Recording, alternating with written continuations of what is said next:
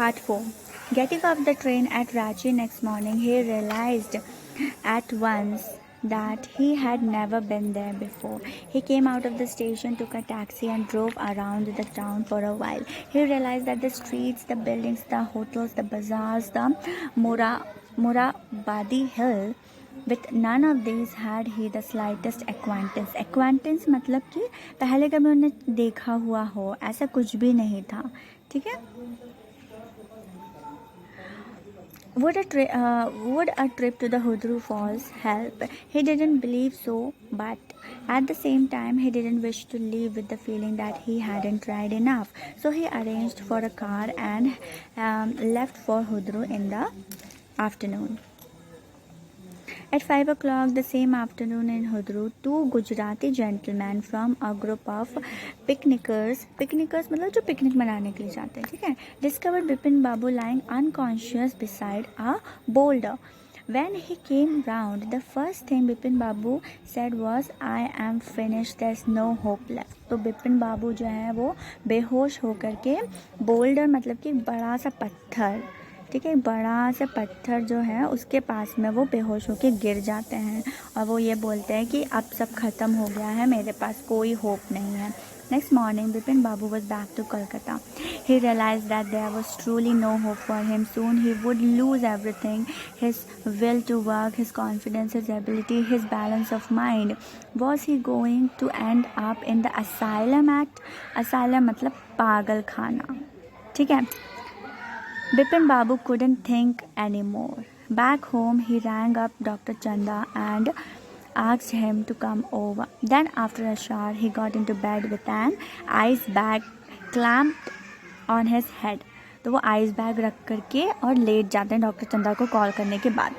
Just then the servant brought him a letter which someone had left in the letter box. A greenish envelope with his name in red ink on it. Above the name, अब जो है suspense open होने वाला है. Above the name it said urgent and confidential. In spite of his condition, Bipin Babu had a feeling that he ought to go through the letter. He tore open the envelope and took out the letter. This is what he read. अब उसमें क्या लिखा होता है letter में? Dear Bipin, I had no idea that affluence would bring about the kind of change in you that it has done. Was it so difficult for you to help out an old friend down on his luck? I have no money, so my resources are limited. What I have is imagination, a part of which I used in retribution of your unfeeling behavior. Well, you will be all right again now. A novel I have written is being considered by a publisher.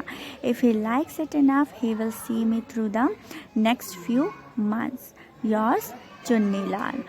When Dr. Chanda came, Bipin Babu said. तो letter में क्या लिखा हुआ है कि चुन्नीलाल बोलता है कि क्योंकि तुमने मुझे कुछ काम नहीं दिया, तुमने अपने ओल्ड फ्रेंड की कोई हेल्प नहीं की, तो बस मैंने तुम्हारे साथ एक प्रैंक खेला, एक गेम खेला है, ठीक है, और इसमें मेरी जो लोग हैं उन्होंने थोड़ी बहुत मदद की.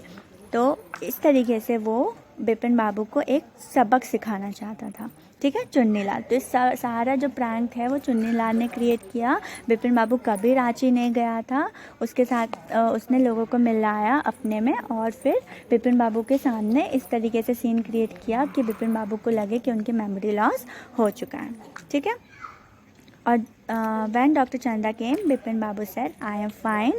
It all came back as soon as I got off the train at Ranchi." तो अब उन्हें डॉक्टर चंदा को तो कॉल कर दिया था, अब बिपिन बाबू डॉक्टर से क्या बोलेंगे? तो बिपिन बाबू उनसे झूठ बोल देते हैं कि अरे जब मैं रांची स्टेशन पे उतरा तो मुझे अचानक सब कुछ याद आ गया, ठीक है. A unique case, said Dr. Chanda. I shall certainly write about it in a medical journal. तो डॉक्टर चंदा का क्या कहते हैं? Wow, it's a unique case, मैं इसके बारे में मेडिकल जर्नल में ज़रूर लिखूँगा. The reason why I sent for you, said Bipin Babu, is that I have a pain in the hip from a fall I had in Ranchi. If you could prescribe a painkiller. ठीक है। तो विपिन बाबू क्या बोलते हैं doctor चंदा से कि अरे मैंने आपको कॉल इसलिए किया था क्योंकि मैं रांची में गिर गया था, तो इस कारण से मुझे चोट लगी है, and I just want some painkillers for you, so it would be very helpful if you could prescribe me some. So the story is written by Satyajit Ray. Satyajit रे जो है वो बहुत ही इम्पोर्टेंट, बहुत ही फेमस जो है नॉवलिस्ट रहे हैं। तो आप इनके बारे में विकीपीडिया पे ज़रूर पढ़िएगा, बहुत ही अच्छे अच्छे नॉवेल्स इन्होंने लिखे हैं। Do search about him over Wikipedia, right a small introduction of Satyajit रे फर्स्ट, ठीक है।